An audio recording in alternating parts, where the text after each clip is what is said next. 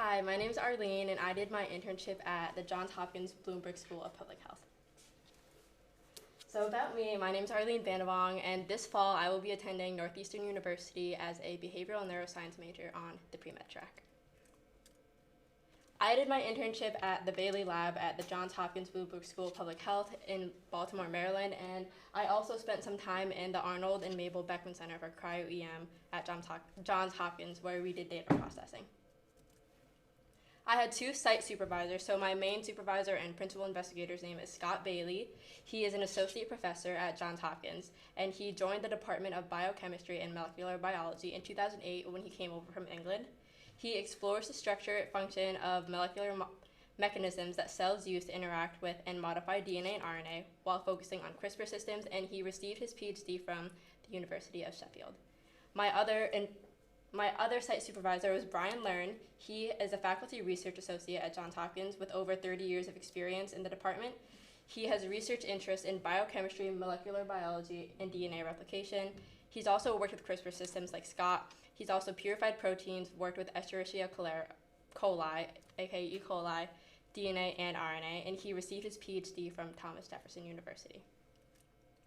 I chose Johns Hopkins because I was stuck deciding between two similar yet very different professions. I couldn't tell if I wanted to be a neurosurgeon or be a neuroscientist, which is one is very research based and one is very hands-on helping people. So I thought this experience would benefit me, and it is a very highly respected and renowned university. It was also my top choice after Northeastern if I was even able to get in.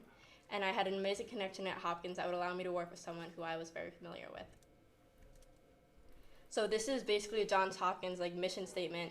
They say that the Johns Hopkins Bloomberg School of Public Health is dedicated to the improvement of health for all people through the discovery, dissemination, and translation of knowledge and the education of a diverse global community of research scientists, public health professionals, and others in positions to advance the public's health. So basically they do research for the better good of the world to help people and benefit the world's health.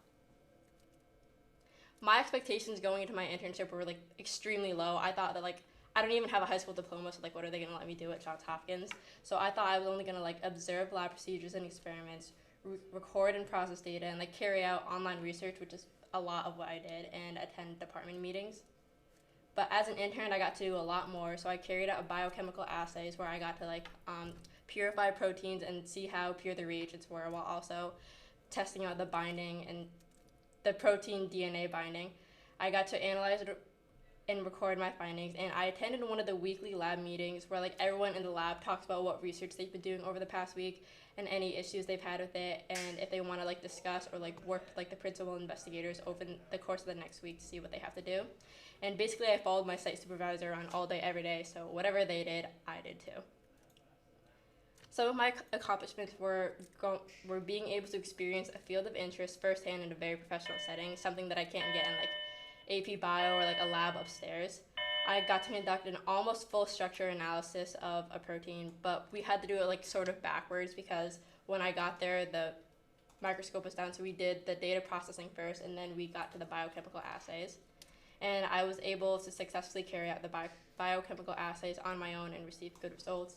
This is sort of just pictures of my results, so it's you could see we have two different proteins, and you can see the molecular size and how pure the agents are, and then this is just a gel shift that shows basically protein DNA binding, and the shift in the gel shows where the protein DNA interactions are.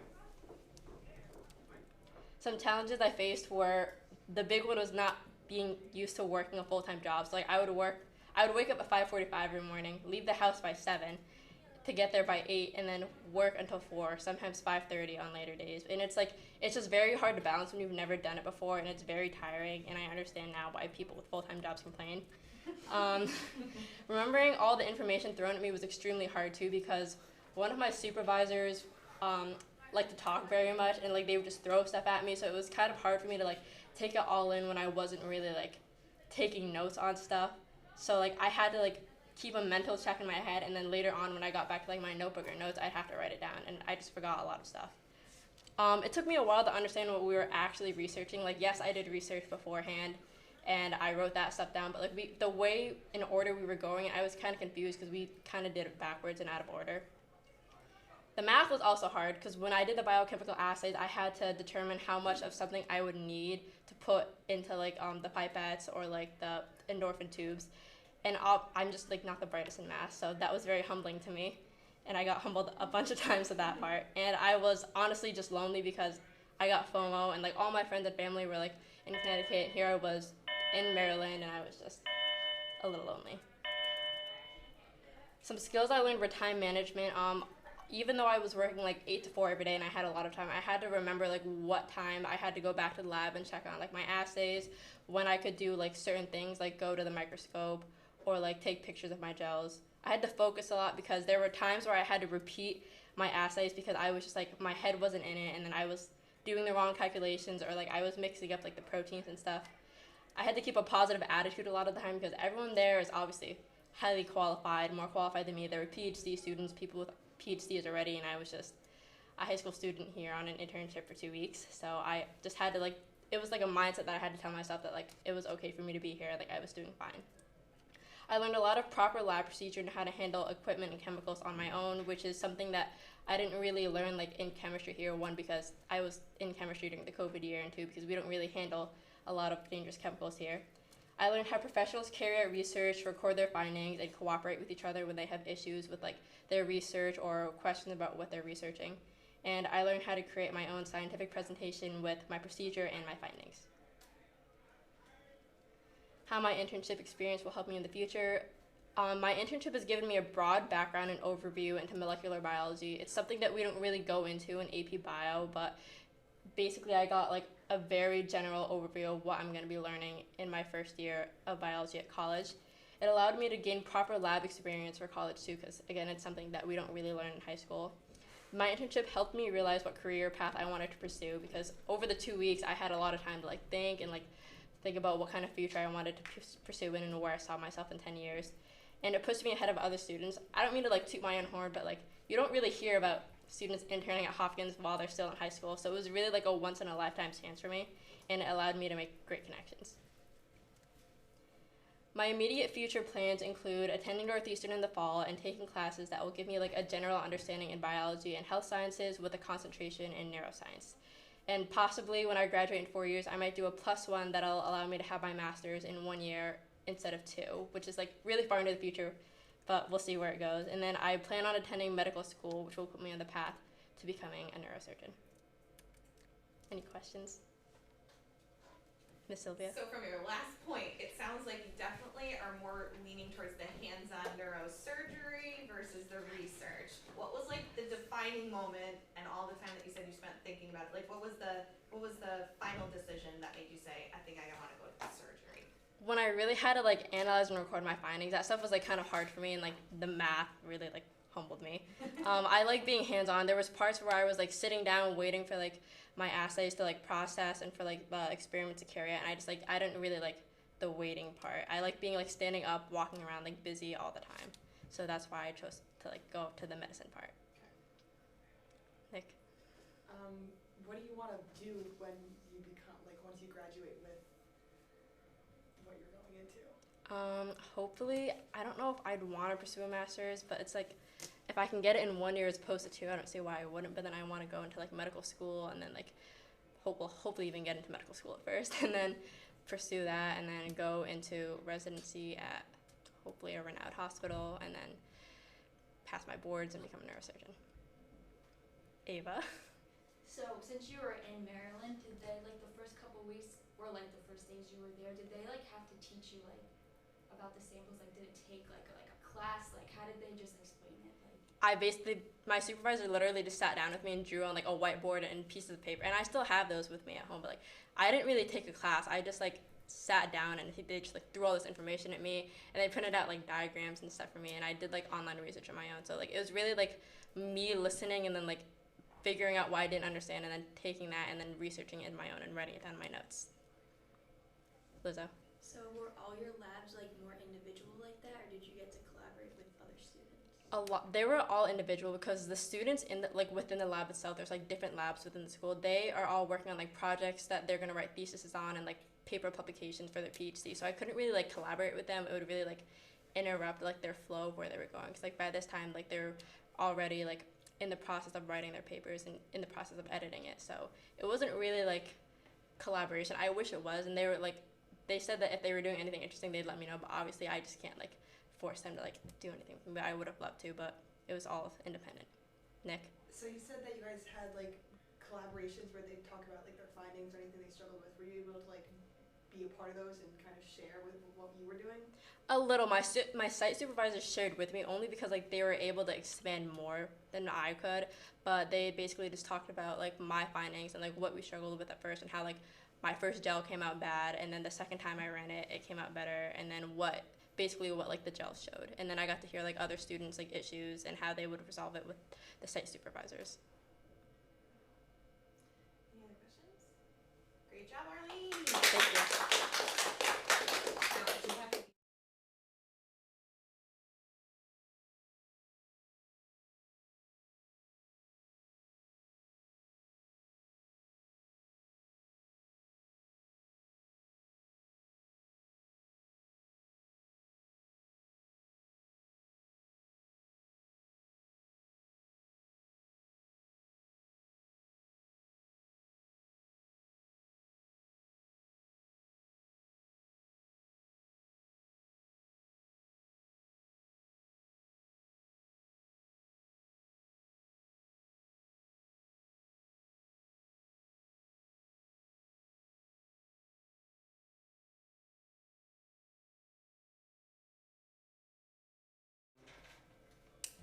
My name is Nicolina Salato, and I did my internship at the Milford Police Department.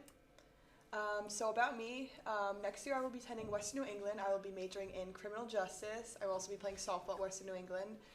My site was the Milford Police Department, and I had the pleasure to work side by side with two detectives, Detective Anania and Detective Macarelli, in the crime scene unit. Within the Milford Police Station, there are many different branches, so I was able to see different officers and different levels of training and be able to see kind of what went on in different parts. I was able to work closely with the crime scene unit. I was also able to work with the social workers, as well as talk to and see the forensic aspects, and same with like the records when it comes to old cases and old files and other sorts like that.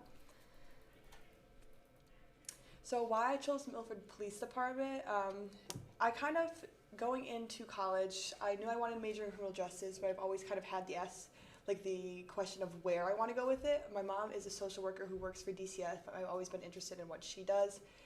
And I've always been interested kind of just going down the criminal justice route. Something I've always kind of wanted to stay away from was being a cop, so I wasn't really sure kind of where to go from there. So since I will be majoring in criminal justice next year, it just gives me the idea of what exactly I want to do. Especially at the Milford Police Department, unlike other police departments, we have a social work branch. So that is one of the main reasons I chose the Milford Police Department, was so I could see the Milford, like the social work branch that I kind of want to go into. And just an overall very good reputation the Milford Police Department has. You know, you just constantly hear people saying very good things, and based on who I worked with, I had a really positive experience, and everyone was very helpful and nice, and it was just good to kind of see the inside. When you hear all these bad things about police officers and such like that, it's good to kind of hear them talk about it and what their opinion is, and how, you know, what sometimes really happens that, you know, the outside is not able to see. So within my internship, I had numerous things I had to do from the beginning. The picture up top this is my desk, and then that was my desk at the end of the day. So within each little of those envelopes, there was, on the outside was a crime, and it would either say, like, you know, and then the case number would also have a date at the end. So we were looking through older cases, trying to file out old ones from, like, you know, the 50s, 60s, way back. So, you know, if it was like a robbery or like motor vehicle accident, anything like that, we were able to kind of get rid of. The only things that we needed to keep were homicides, dead bodies, sexual assaults, any things of those nature. So that was one of my first tasks when I got there within the first few days. As you could see within the picture, that's just one of the filing cabinets that we had to go through. There was probably 5 we had to at least go through. So just going through, and I even had the opportunity to look at some of, within the envelopes, there was little negatives, like little pictures you could see. So I was able to see some of those, which to most people sounds very scary, but I found it very interesting, especially going back. Going back to like the 50s, you saw some crimes such as like theft of vegetables, which is not something you see more so now. So the detectives kind of informed me that that was a big project they were working on, that was clearing out unnecessary files in old cases to kind of keep room for things that were more big and more important, to make sure that we had enough room for everything that goes on. So the microfiche, this is something I worked with towards the end of my internship. Within these little pictures right here, they're probably about this big, and they're all stacked on, they're all like lined up on a tape. So what you do is you put the tape in right over here, and you were able to scroll through it to find different case information, and all those like small pictures are files and any kind of paperwork for any sort of crime. So when it comes to older cases, I would think it was from like the 70s or 80s, you would have to scroll through those and find out different information for cases that didn't have information on them, like if you had the case number but no exact knowing of what the crime was, such as old evidence too. We had some evidence that didn't have what the crime was, just the case number. So it did take a lot of time because you have to go through that, and it's all dated and numbered, but some crimes have one piece of paperwork and some have 500, so it just took a while to kind of sort through that, but it was really interesting to see how they used to keep track of all the paperwork back then, especially on such small little tape rolls. So the lab, this was very cool. The lab, within Connecticut, there's only one forensics lab what the police officers use.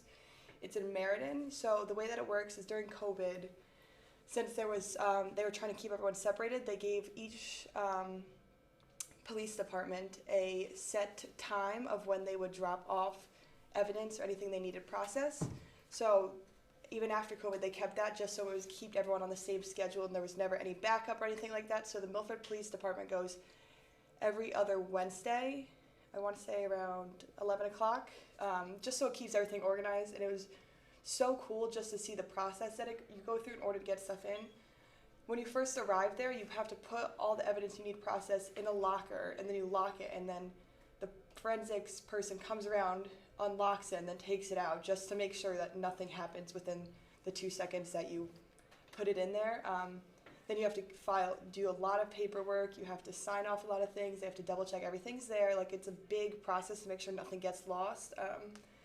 Another thing that you get is back was after, if someone reports a sexual assault, but they report it anonymously, the lab holds on to the DNA for 5 years. So when we went to the lab, they actually gave us back a sexual assault kit saying that it had been 5 years, so they were allowed to get rid of it now. So it was up to the police officers to do with what they wanted to do with it next because they had no information on the person. So it was cool to see the different procedures that they had within the lab. Evidence processing, it was really cool. When I was there, I was actually able to work with real evidence on real cases. Even by, I would say the last few days, I was able to process evidence by myself, obviously with the officers there, making sure everything was going okay. But I worked with so many different types of evidence, different like materials, different crimes, using fingerprint dust, which there's a lot of that we use within here. That was just not real evidence, but that was just something I did within the first days, just practicing. We work with fingerprint sealing, DNA swabbing.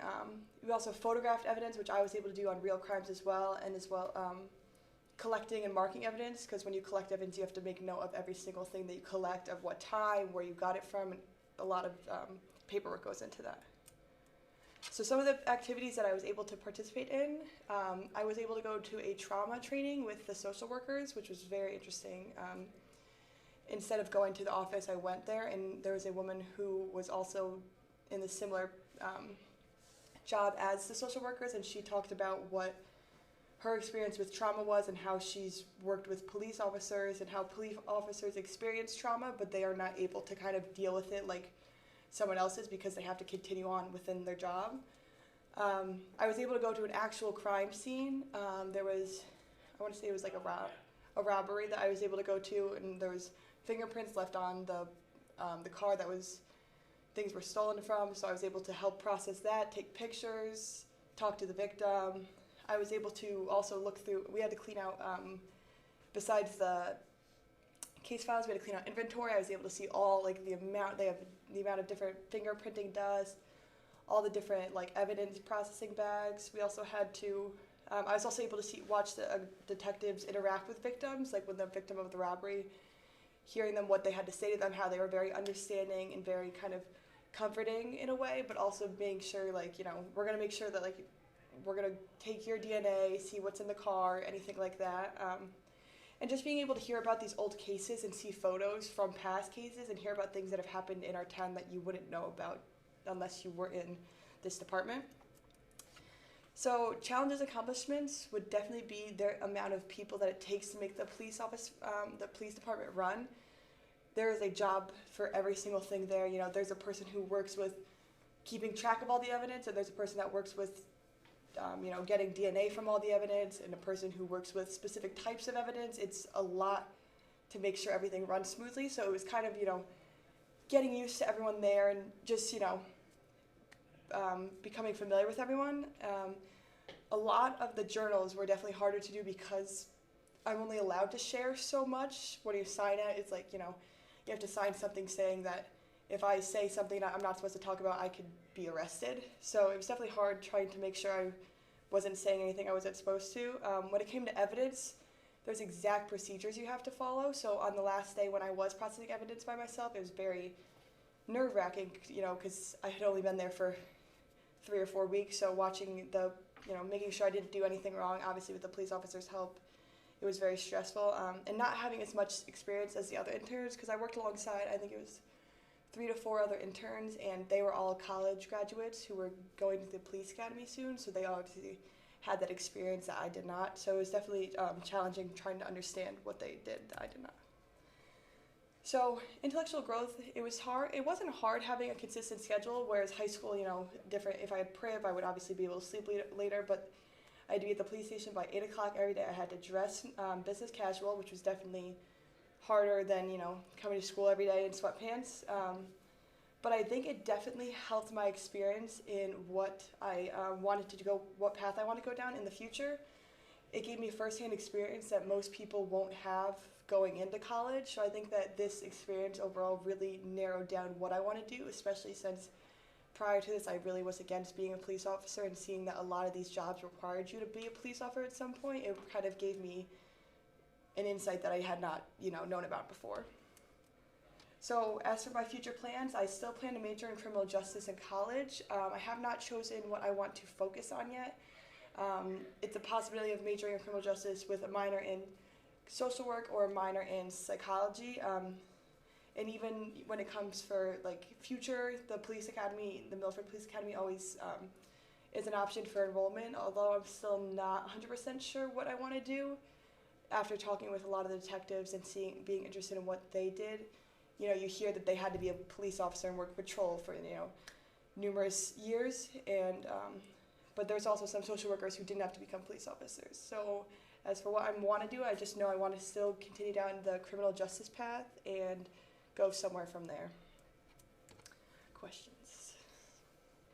So my question is, obviously you had to do some things prior to starting your internship. Can you just tell us what like those steps were in order to be accepted as an intern at the police department? Yeah, so when I first was talking with a family friend who had like a connection there, I got a big packet, and it was like 10 pages of just like, this is what I'm allowed to, like, this is what I have to wear, this is what I'm allowed to talk about, this is what I'm not allowed to talk about, you know, this is what, like, I had to sign a waiver practically saying, like, I know that this is dangerous, I know I'm just an intern, but I still, like, there's still a possibility of anything happening, so I had to sign off on multiple things like that.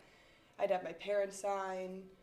There was just a lot of, and then I had to go through an interview with the captain, and then a lieutenant, and then one of the detectives. And then from there, I had to have another meeting with just the lieutenant. So it was a long process. It took a few weeks, but good for you for persisting. Really. You said that you went through like a lot of departments and like branches. Like, how did that work? Did they just like rotate you around, or did you just get to it when So initially when I first got there, I was just with the crime scene unit, but I expressed interest to one of my detectives that I wanted to work with social work. So the social workers, when they had the training, they said that they would bring me along, as well as when they had to go onto, there was I had to go out onto there was a scene where someone had overdosed and they had to drop off certain paperwork for offering a support for this overdose. So I was able to go with them to kind of see what the process is with that. Did you like the field work more, like going to talk to people, going to the crime scenes, or like the in-office evidence processing? I think I definitely liked the going into the field work more. Even the evidence processing and stuff at the desk, it was very interesting just to kind of see all the different things that went through it, but I definitely liked more the one-on-one interacting with the victims and talking to the people. You guys have any questions for Nick? All right, great job. Bonus police officer scholarship.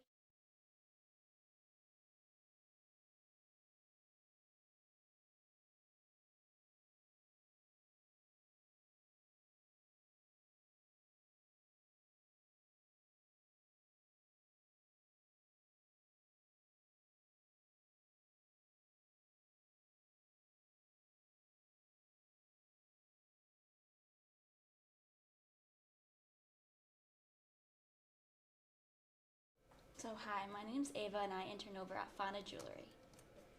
So I worked with the Chief Merchandiser Officer, Allie, and I spent most of my time working at her at-home office while going to New Jersey multiple times to see the Fauna office. The Fauna company is actually in the process of opening up their own retail store in New York City. So why did I choose this site? Good hours, meaning so I have a job, and Allie was so flexible with my hours. I was able to go everything in the morning, then I was able to have enough time to get ready for work, which was amazing for me because I didn't feel so stressed out doing two things at once. And I'm still unsure of my major. It was an interesting career choice. It's a friendly environment, and Allie's a family friend of mine. So expectations prior to the internship: being responsible for products, working with jewelry, learning how jewelry gets sold, seeing different positions within this company like the designers and the marketers, how sales get their customers to buy the product, traveling to New Jersey, which I was very excited about, and learning how rings are made. Responsibilities: filing and organizing I feel like was one of the biggest responsibilities because I feel like organization for this company is so important to just make sure that everything in the paperwork is all organized for Allie. If she needs something, that she was able to grab it right away. And tagging products. When I was in New Jersey, I spent most of the time working with the marketer Paige, and she helped me tag all the products going to Las Vegas, which is a show to show all her jewelry that Allie designed, and they're able to present it. And I got to design my ring and put in charge of tagging products going to Las Vegas, which was the show. And accomplishments: completing my ring wax sample in time, going to their office in New Jersey 2 times, meeting and having lunch with the CEO of the company, Bobby, which was very exciting. So he took me, Allie, and the marketer Paige out to lunch, and we all got to eat together, and he was so nice. His laugh was so funny. If you guys heard it, you guys would literally it was too funny. And he just made me feel so comfortable, and it was really nice. And watching a ring go through a waxing process. So how did this internship experience contribute to your intellectual growth and sense of responsibility? So time management, obviously, interning at Fauna while having a job. Teamwork, communication is definitely key in this company. For example, making sure everyone is keeping track of samples coming in, samples being tagged on time, checking to see if any designs are on hold, reapproved, approved, or dropped, which I feel like is so important to make sure that everything is up to date, and getting a feel of what an office environment feels like. And will this internship experience help me in the future? So Allie's position gives her amazing opportunities to travel. For example, she goes to Thailand to meet with Fauna's workers, which she was recently just at. And even though I am unsure of my career path, traveling in general is something that really interests me. And overall, Allie's job gives her amazing opportunities that I hopefully can achieve in the future. And this is my Ava ring design, which I'll show at the end too. So the first step for this design is making sure that I have an inspiration. So I had to go online and make sure I find a ring that I really liked, and I saw a wishbone ring, which is a V-shaped ring, and there was a design on top of the band. So Allie sends my design over to her workers in Thailand, and they come back with a sketch. So obviously this was a sketch, and I approved it. So she sent it over, and then they sent it over to a CAD, and which is the printout of this, and I chose a white gold design with a rose gold band, and I loved it. When Allie showed me, I showed my mom right away. I was so excited about it. And then the third is the wax version of it.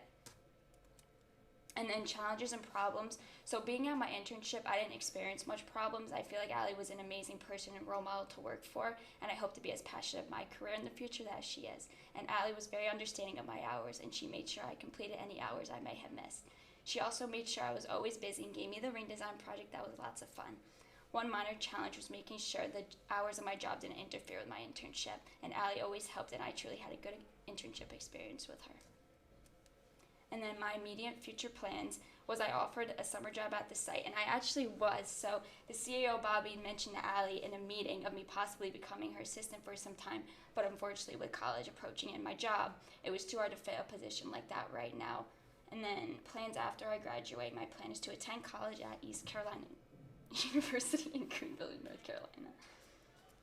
And then questions. Yes.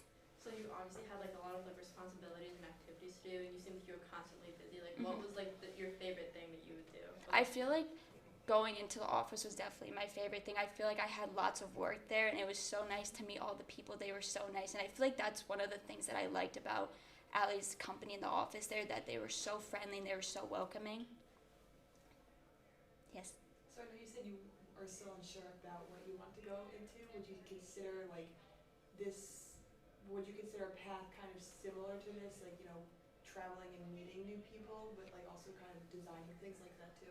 So yeah, so even though I'm unsure, definitely working with Allie, I feel like going to the office and getting the environment, what it feels like, and her traveling, she even just got like a position to go to Italy, and I feel like that is definitely something I want to do because traveling has always been an interest to me. So even though I'm unsure, she definitely has me on a path, and even with Bobby giving me an assistant job, I know in the future if I want to, I could always go if I needed to.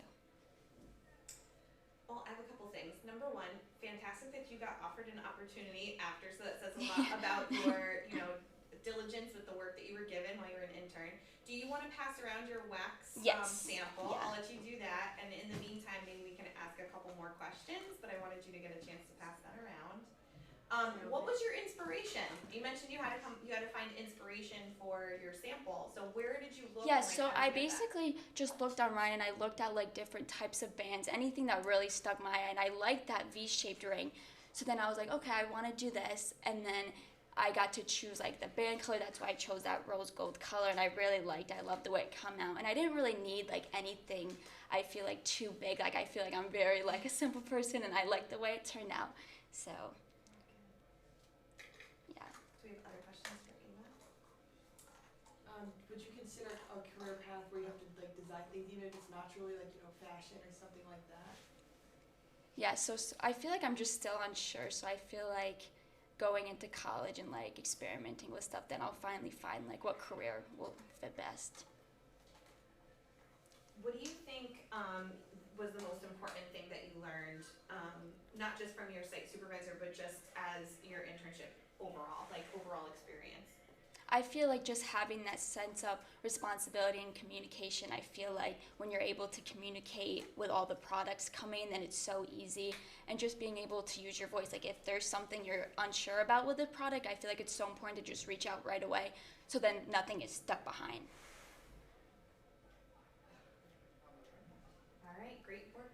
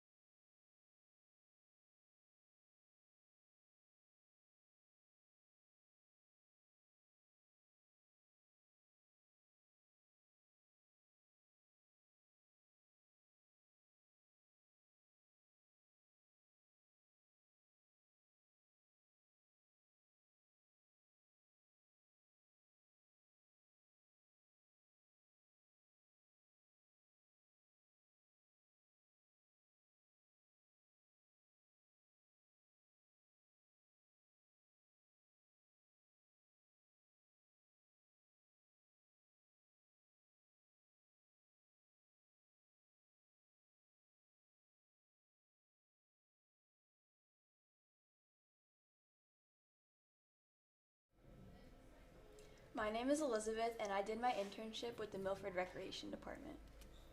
So I'm Elizabeth. I will be attending North Carolina State University in the fall to study business administration with a concentration in marketing as a student in the Poole College of Management. So my internship site was the Milford Recreation Department, and it's located in the Parsons Government Center downtown. My site supervisor was Bill Garfield. He graduated from Southern with a degree in communications, and he's worked at the Recreation Department for 22 years, and he's been the Director of Recreation for 3 years. Why I chose this, so I have a personal connection to Bill. I played softball with his daughter growing up, that's me and Tegan, and then Bill coached us for a while. So I had that connection with him prior, and I also thought it would be a good way to experience a variety of different disciplines within business, such as marketing, communications, technology, and interpersonal skills, just interacting with the people in the office. So about the Milford Recreation Department, their mission statement is, "We are committed to providing quality recreational services which are educational, fun, and rewarding. The Recreation Department promotes participation by offering all Milford citizens programs that are diverse, interesting, and high quality. Our recreational and leisure opportunities are conducted in our safe, accessible, and well-maintained park and recreation facilities." And at the bottom are just some examples of the programs that they have throughout the year. So I didn't really know what to expect going in because I didn't know what the rec department did like on a daily basis. I knew that they had basketball leagues, adult softball, but I didn't know what they did every day in the office, so I wasn't sure what to expect. I just thought I was going to be shadowing some of the different people within the office. And some of my responsibilities were to look over applications. So I looked over 2 different types of applications. I looked over summer playground program counselor applications, so I just had to make sure that everything was included in the applications they submitted. And I also looked over permit applications. So those would be if you wanted to rent out Walnut Beach Pavilion, you'd have to submit a permit application, which requires insurance and sign-offs from different people. So I just looked over those and made sure everything was correct. I also learned how to edit their website using the MyRec software. That was difficult at first because I never edited a website before, so I learned how to do that. I also created different flyers and forms for different events they had going on throughout the month. I was also in charge of taking pictures for the website and for social media. I researched permits. So again, as I said before, the permits for the pavilions, each town has different permit requirements and they cost different amounts. So I researched the permit prices for other towns. And I also counted and organized inventory for the summer playground program because they got in a bunch of new stuff. So I just had to make sure that was all organized in the basement downstairs. So my first project that I worked on was with the MAPS program, and that's the Milford Adaptive Program. So I got a list of their summer programs, and I had to enter them all into the website. So I had to write up the descriptions with the information I was given. And after I wrote the descriptions, I had to put all the programs into the website so people could actually sign up. And then after I made the programs, I made this flyer, and this was displayed outside of their play on the video boards outside the auditorium in the Parsons Center.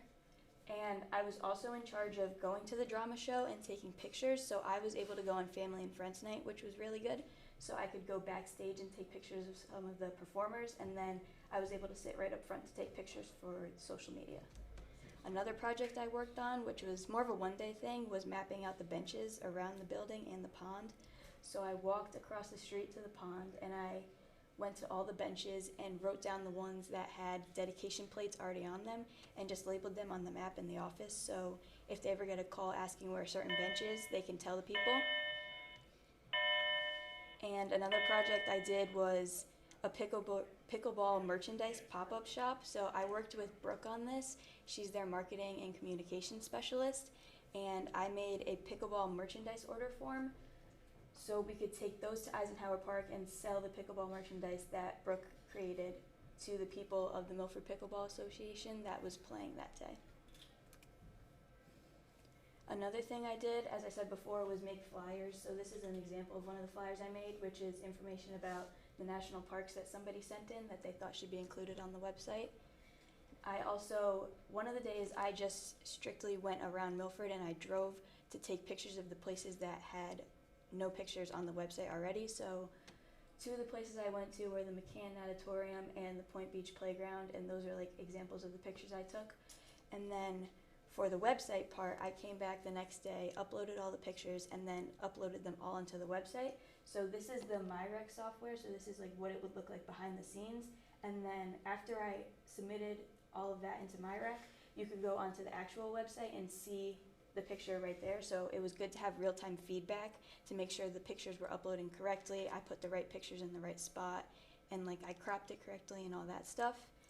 And I'd say my biggest accomplishment was making a list of the permit pricing used by other towns. So my site supervisor, Bill, he had a meeting one of the days, and he asked me to create a list of the permit pricing that other towns used, because Milford is having some issues with permit pricing and all that. So he wanted to create a list of other towns' permit prices to compare and see if there's anything they could change within Milford. So I made a list of the permit prices, which was difficult because not every town had it laid out on the website exactly how Milford did, and some of the towns I couldn't even find, so I'd have to pick a new town to find. So I made that list, I gave it to Bill, and then he went to his meeting, but I had to leave. So the next day I came in and he let me know that my list actually made a difference, and they're going to update their permit prices and process to make it easier for them and for people of Milford. So some of my challenges were finding all the permit prices. As I said before, they weren't in a specific spot on each website. I really had to search around and dig for it, and some of the places would have their permit application, but it wouldn't include the prices, so that was difficult. Also, using MyRec for the first time, I've never edited a website, so it was hard just trying to navigate it and make sure I'm putting everything in the right spot and it looks good on the website. And making creative flyers. So with the flyers, a lot of the times I wasn't given much direction. I was given the information that needed to go on it, but other than that, I had full creative control. And so I tried to make something that I thought was visually appealing and creative, but I also had to make sure that there was logos on it, all the information was there, and that it kind of like flowed with the rest of the flyers and posters that the rec department had already created, so it looked uniform. Some of the skills I learned were how to navigate and use MyRec to edit the website. I also have increased my communication skills because I worked with everybody in the office. It's a relatively small office. There's only 4 people, 5, including Bill. So I got really close with everybody there. And I also, at the pickleball pop-up shop, I learned how to deal with people who were maybe a little difficult or had difficult questions that I couldn't answer. One in particular that really stands out was we were selling the pickleball merch, obviously, and all the money goes to the rec department. But the Milford Pickleball Association is like something separate. So one person came over and asked where the money was going to. Brooke told him like, oh, it's for the rec department.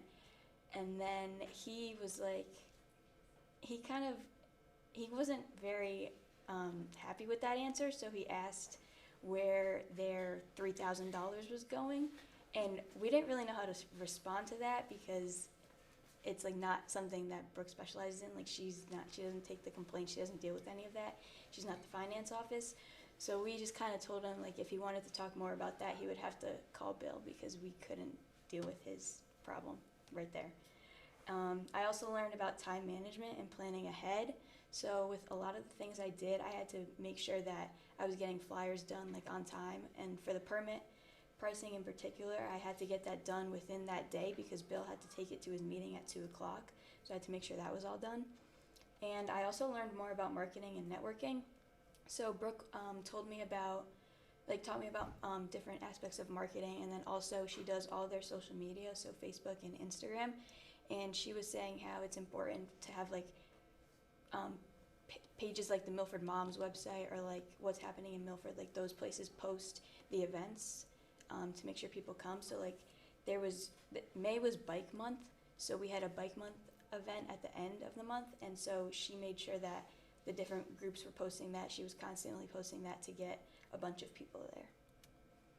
How will this experience benefit me in the future? So I now have a better understanding of what it takes to manage a department because I spent a lot of time shadowing Bill and just in the office hearing them all talk to each other. I was also able to attend a business meeting with Bill, so I went to a meeting with him, somebody from Public Works, and the Long Wharf Theater Group, who just moved out of their theater, so they were looking for a place to do their play this spring. So they were looking at the Parsons Auditorium, and that was interesting because I didn't know like much about theater, so they had to rent out the theater for 5 weeks straight, and there was like a lot of negotiating that had to go on because the rec department didn't know if they could rent it out for 5 weeks because of other events such as like graduations, other stuff that's like recurring that they have to accommodate first. So I just listened into that, listened into negotiating prices and seeing what works for each side. And I also worked directly with a marketing communication specialist who was Brooke. She kind of took me under her wing, and we did a bunch of projects together. And I just watched her do her projects that she already started, and then she gave me tasks to do like the flyers. And then I also helped her at the Bike Month event at the end of May. I also made connections within the office, so I was able to work with everybody there. Mike, who is their playground program, he does most of that. I got to work with him with the applications, and then I didn't work with Richie as much, but he does the Hoops by the Harbor, and that was crazy busy when I was there because Hoops by the Harbor registration had just ended, so just hearing him talk to different people on the phone, seeing if they could sign their kid up late, or working out like the different teams. So I listened to him do that. And it's also a resume builder, both my internship experience and then I was offered a summer job there. So my immediate future plans, I will attend North Carolina State University in the fall as a business administration major with a concentration in marketing. And this summer I will work part-time in the recreation office. So when I was there, we uncovered a bunch of stuff that was inconsistent on their website, specifically the facilities page. So when I work there during the summer, I'm going to fix the facilities page, so take pictures of all the places that don't have any, reorganize the list, make it alphabetized, include descriptions for everything. So I'm going to be doing that this summer as a paid position, and then I also will work part-time as a summer playground program counselor, which is through the Milford Rec Department. I did that last year as well. And that's it. Any questions? Arlie? In your first couple of days, did you have to like go through like any training or like learn anything where they had to like sit you down and teach you stuff? There wasn't much training because of like what I did. So the first couple days, I just got an overview of like what I could be doing, and my first project was actually the MAPS program. So they just taught me how to use the website. Like I did a couple with Bill watching, and then once I got the hang of it, I did them all on my own. So that was good. Nick? What do you want to do in the long run with kind of this major in marketing? So I'm thinking of doing something within sports marketing. Like I always knew I wanted to go into sports field, and so with the rec department, that's kind of like dealing with sports and that stuff. So I liked it, and I think I'm gonna stick to the sports marketing path. Miss Sylvia. Congratulations on getting a summer paid position. That's like the best we could hope for out of these types of experiences. So congrats on that. But in addition, do you see any like one particular skill that your supervisor was really good at that maybe you would emulate in the future? You know, something that you took away from like his personality or ways that he handled situations that might be useful to you in the future? So when you're in the rec department, you deal with complaints a lot. So I'd say he was very good at handling those and communicating like as much as he could on his part. So that's something I definitely want to keep getting better at in the future is communication skills. Nick? Since there's only like 5 of you, is it like, are you gonna have a lot more responsibility over the summer since it seems like there's a lot to be done? So the website is a big project, and they've been meaning to redo it for a while, but with all the newer stuff that keeps coming in, it gets pushed to the back burner because the stuff is there, it's just not as uniform as he would like it. So I'm mostly just going to be focusing on the website.